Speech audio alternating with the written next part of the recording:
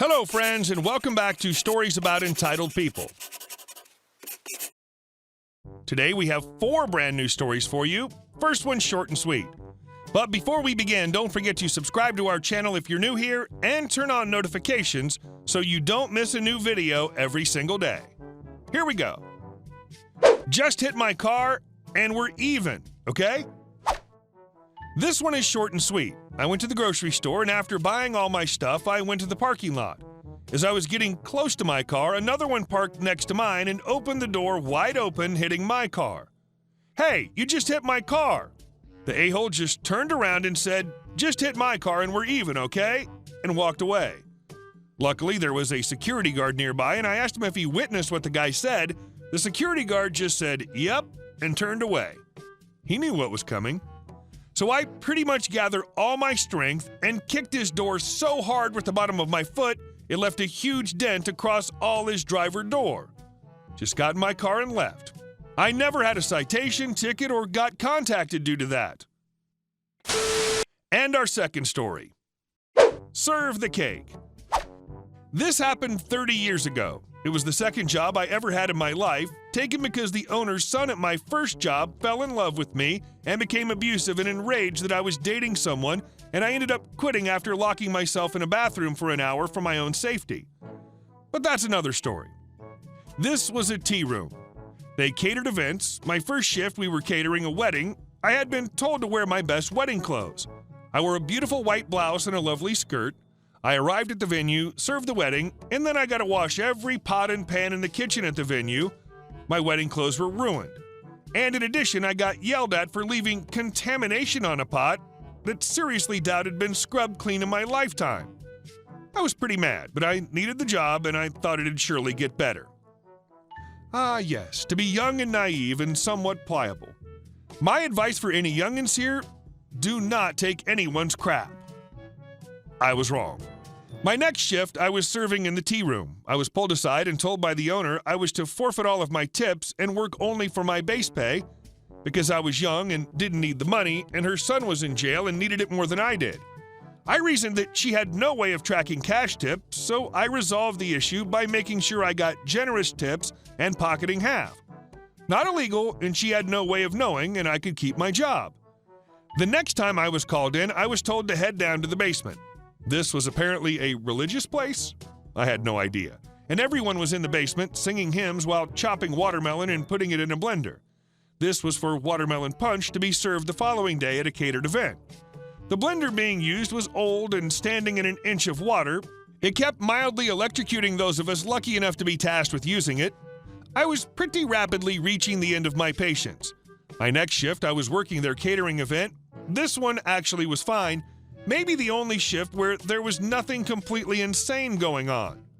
My next shift was my last. The tea room had a display case filled with beautiful cakes and pies. Customers could select what they wanted. A huge party of 30 people came in. I was explained that since we did not split tips, I was responsible for serving this party all on my own. I think the party was given to me because the owner felt it would be a big tip and knew I'd be forced to give it to her after. I managed it all, and in the end, I got a huge tip. I kept half and gave her half, and I said nothing. As they were leaving, I was seated again, this time a party of 2. I was exhausted, and this meant that I'd be working past my scheduled shift. I sucked it up and served them. At the end, they walked over to the display case and chose dessert. I pulled the desserts out, and one was moldy. I showed the owner, and her response, "Serve the cake." I suppose I could have argued, and I truly felt bad for the customer, but this was all I could take. I was exhausted, and I was done. I served the cake. It wasn't long before the mold was noticed. When I walked out that final time, the owner was yelling at the customer who was screeching back. Predictably, she tried to blame me. I just cursed her out, told the customer the truth, kept all the tips, and left. And our next story. First stop of the route? No problem. I work in operations at a large bank. Our team manages most anything that involves armored cars, helping manage their vaults, placing orders for them to fill in ATMs, managing their relationships with customers, etc. We were vendor-facing while others were customer-facing. With that comes a lot of urgent requests.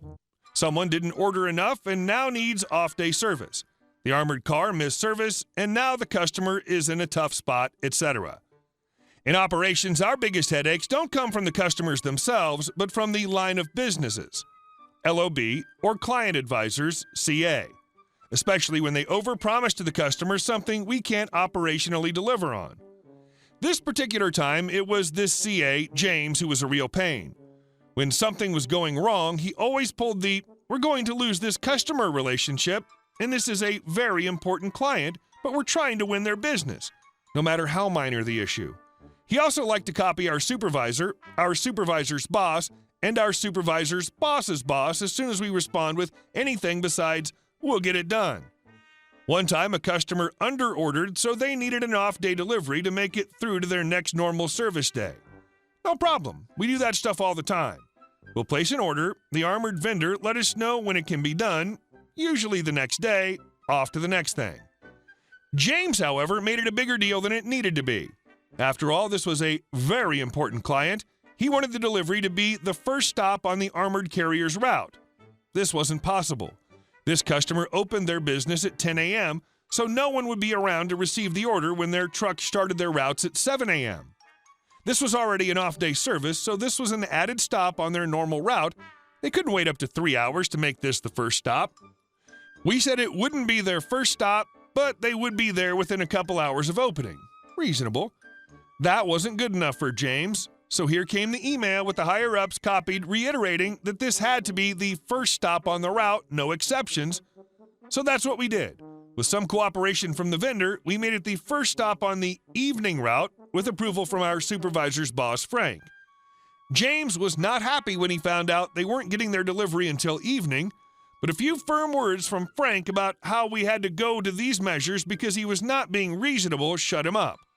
Customer got the order in the evening, was happy, all is well that ends well. And our last story. Revenge is a dish best served very, very, very, very cold. In my young 20s, I moved to a new city to try to start my career in life. Money was very tight, but I was confident I would get things up and running. In my job search, I came across a promising opportunity at a small firm. The firm. Instead of offering me the job, the owner said he would like me to come in for 2 days and work. If it was a fit, they would hire me, and if not, they'd pay me for the 2 days. Money was tight at the time, so I figured taking the bus to and from was a luxury I could not afford and walked an hour each way to get there. Money was very tight. I did good work both days and worked very hard, but it wasn't a fit. The owner then tells me, "I know I said we'd pay you, but it's just too complicated to set you up for just 2 days, so you'll just have to be happy you got the experience with us." The way he acted really rubbed me the wrong way. I was mad as I really needed the money. But as I was trying to find a job and figured it was not in my best interest to make waves as word may get around I was difficult, I did, however, decide that someday, some way, I would get my revenge on the owner. I did find a good job that led to a great career, but I always kept tabs on the owner, looking for the time and place to get some revenge, and even a few times considered some more juvenile methods. Just short of 20 years passed, and now I was very senior in my chosen profession, but instead of working for a small firm, I was a leader in a very large national company that hired firms. As it turns out, we had a large contract come up that I was the lead executive on the procurement team in the area the firm operated in. Things have changed a bit over the years, but bidding on these contracts was at the firm's expense at the time back in the early 2000s. However, to safeguard them from wasting too much money, the bidding would be in stages. Well, sure enough, the owner and his firm put in an exploratory bid.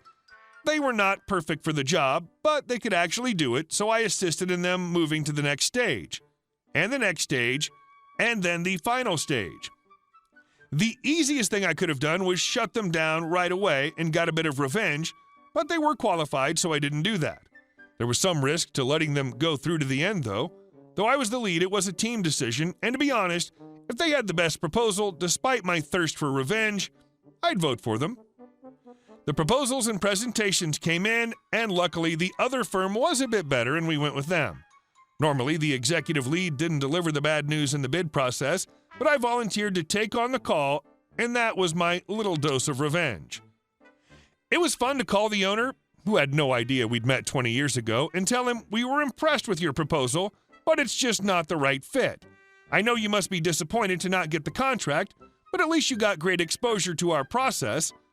I know I should have used his own words from 20 years ago, but I couldn't bring myself to do it. The firm must have done about 200 hours work on their proposal, so I figured that was payback for my 16 hours with 20 years of interest. Absolutely love this. The universe has a way of making the pizza guy you stiffed on a tip be the first person to show up at your car accident. Hey guys, thank you all for watching the video. I'll see you in the next one.